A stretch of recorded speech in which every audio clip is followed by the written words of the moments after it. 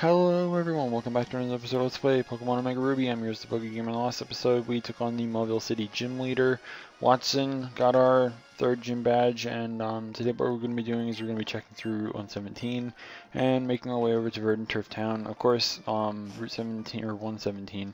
I think I mentioned this in the last episode. We have a new team member that can be found here, so we're going to be going ahead and trying to get it first, because there's a bunch of trainers here, and obviously if we catch it we can get it leveled up a bit. I'm going to kind of go ahead and mention this up, straight up. I have a very strict nature basically planned out for this, so I'm going to be kind of looking for one, trying to find one that has decent IVs and stuff too. But I mean, obviously I can just soft reset and then battle everything again. It's not much like they're all going to gain the same experience anyways. But yeah, the next team member that we get, I want it to be a timid nature. Modest ain't bad either, but I've always ran timid on it just because I like it to have a lot of speed. And it's already pretty much got, like, okay, how do I put it? A very solid special attack as it is.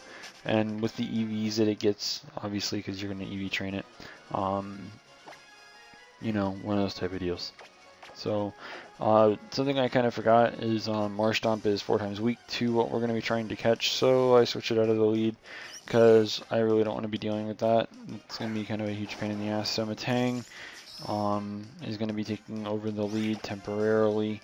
I really don't want to keep using it in the lead because being a traded Pokemon, it gains experience faster, and if I actually battle with it, then it gains a lot more experience than everything else. It's just kind of waiting in the back. So yeah, anyways, considering what we just found our new team member, which is Roselia. I think I spoiled this in the last episode too. I don't really remember. I think we battled a trainer in the last episode that had a Roselia. I don't really remember, but yeah, welcome our 4th team member, Roselia, who will eventually be a Roserade, of course.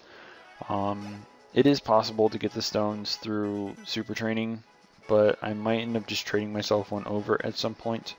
I feel like right now would be way too soon for a Roserade, in all honesty. Not to mention that, if I remember correctly, Roselia stops learning moves whenever it becomes a Roserade. I don't really remember off the top of my head, but anyways, just check the nature, and as you can see, it's a Hasty.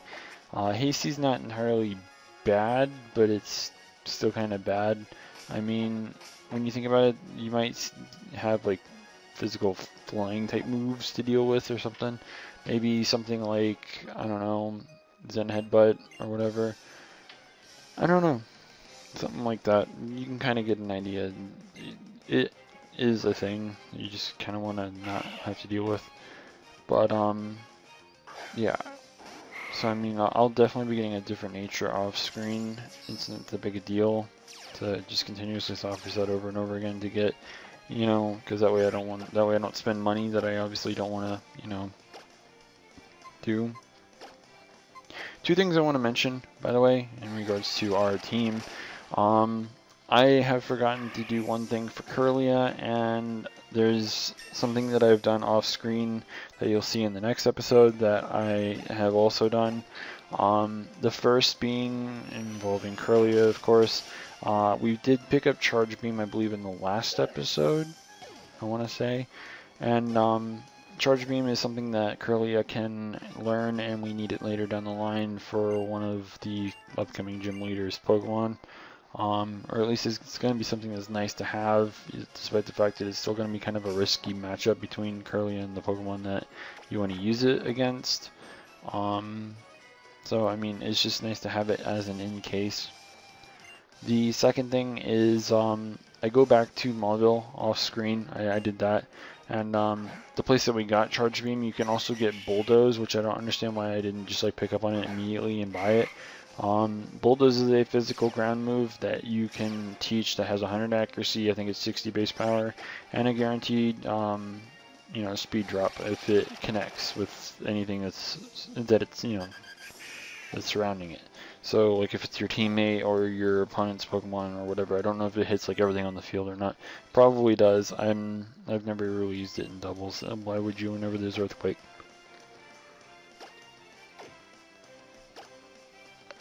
And there's a yawn. It's actually noon now, so it's actually kind of late for me. But yeah. But anyways, like I was saying, yeah, I did pick up Bulldoze. Bulldoze is it's an amazing, like really early game type of ground move. And both Metang and Marshtomp are both capable of learning it.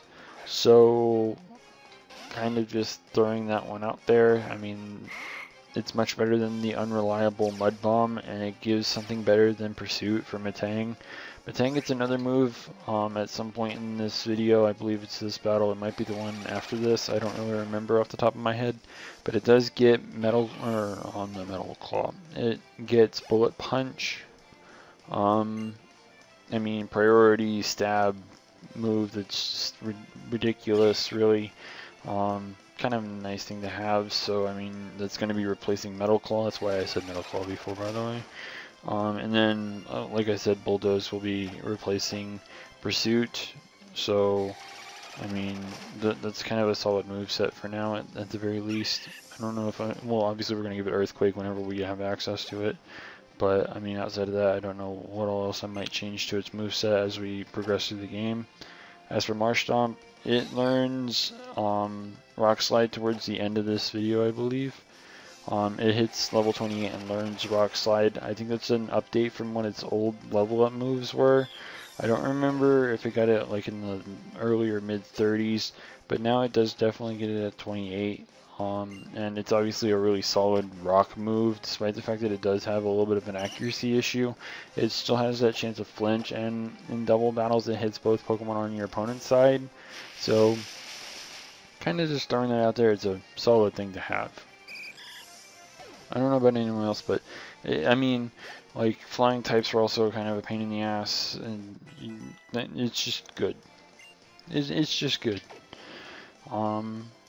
The biggest problem in this episode really is the fact that we didn't get Roselia basically on the first try, and not that I would ever get that lucky, of course. And then, of course, the Pokemon breeders all have 6 Pokemon in this route. So yeah, that's just completely bueno. It's absolutely great. I guess there's something that we can cover. Kind of just spaced on it up until just now, actually. Ahead of the footage in Pokemon Get TV and Ota Suda, I guess it's or Oha Suda. The first images from Coral Crow have leaked and have revealed the first details about the upcoming movie, due for release in Japan on July 18th, 2015, and will feature Primal Groudon, Primal Kyogre, and Mega Rayquaza in some form, as well as a portal that mimics the ones seen in OmegaRuby and AlphaSapphire, which obviously we haven't gotten to yet because, you know, we're not in the post game. Spoiler alert. The text states something about falling through the portal, which will be talked about later. No official title appears to have been given for the movie just yet.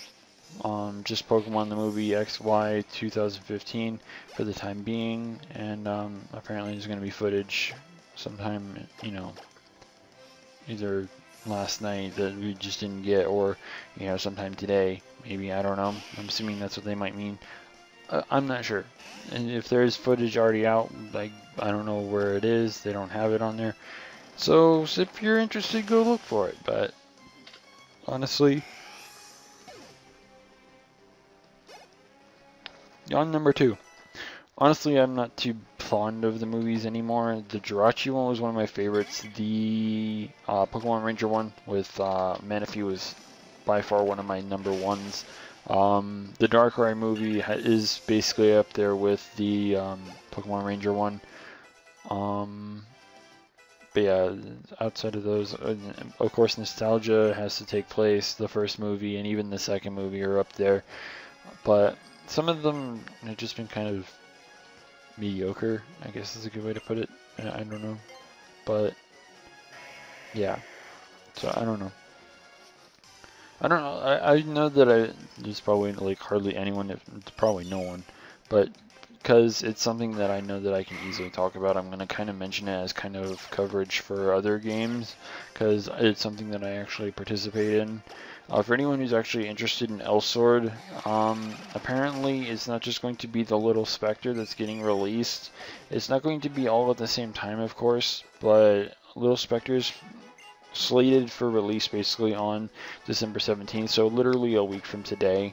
If you're on the East Coast, the maintenance for it will go up on 3 o'clock in the morning on Tuesday night. So obviously, you know, you just have to do whatever you want to do. Then you're going to be sitting through basically a 5-hour maintenance period, which is going to be kind of unbearable because a lot of people are going to want to get on and start trying to do their job change and get their base Rs up to a level, or not, well, either a level 15 so they can do their job change, or if you're smart about the game and you actually create characters for when a new class comes out, you obviously can just be like, okay, well, it's already either level 15 or level 70, because there are people that are just retarded like that and make their characters capped for some fucking reason. How they do that in like such a short period of time, I have no fucking clue.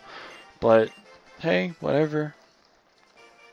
But yeah, so Little Spectre has been slated for release on December 17th. Now the thing is, there was a bit of a like teaser thing over on the actual website, and the thing is, it kind of did two different things. One, instead of calling her the Little Spectre, they called her the Dark Fox.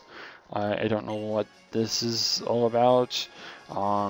Maybe it's just kind of a play on like whatever, because they decided to add a little thing like on the image saying Masters of Darkness. So Dark Fox is a thing. It may actually replace the Little Spectre name. I don't really know. It'd be kind of weird if they did that or not. But the interesting thing that kind of ties in with it is the fact that they also have the Dark Knight and Dark Tracer names. Dark Tracer is actually supposed to be Time Tracer, if I remember correctly. I'm not entirely sure. I think that it's supposed to be Time Tracer. I could be wrong. But yeah, I believe it's the Time Tracer, which is one of Ad's classes. This is his third class, first job. And Dark Knight is Ellis's third class first job into, and then obviously, basically Dark Fox, aka Little Spectre, goes into Asura, which is Aura's third class. Then you have Dark Knight, which goes into Crimson Avenger, which is Ellis's third class. And then Dark Tracer goes into Diabolic Esper as its third class for Ad. So, I mean, the fact that they're kind of teasing 3 different classes in one instance is kind of interesting. The way it kind of worked for Korea is July they released Spectre, then literally at the end of that month they released Asura. So the way that worked is from there they had Dark Knight released the following month, and then at like sometime I think at the end of that month, or maybe like bled into the very early of the next month, the Crimson Avenger was released.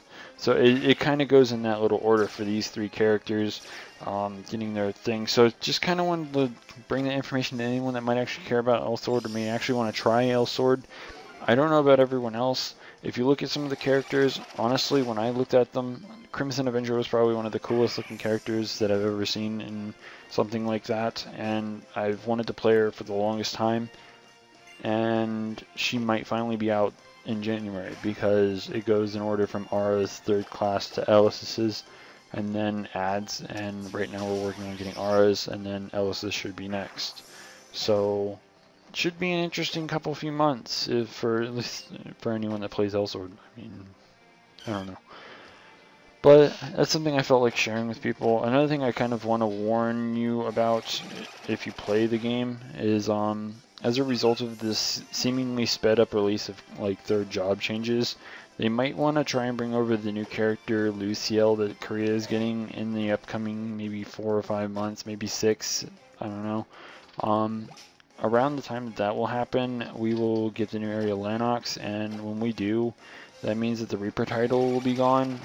I'm sure that not many people will understand what I'm talking about, but the ones that might actually understand what I'm talking about, you might want to get started on it, because if you want to get in on multiple characters, it's probably going to take you a good couple months to do with its ridiculous, you know, unlocking crap, but I don't know.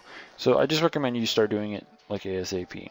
What we're going to be doing is we're going to be doing a bit of exploring, maybe a little bit of rock smashing, stuff like that. So be sure to stay tuned for that. If you haven't already, don't forget to rate, comment, subscribe, and until next time, this is the PokeGamer signing out.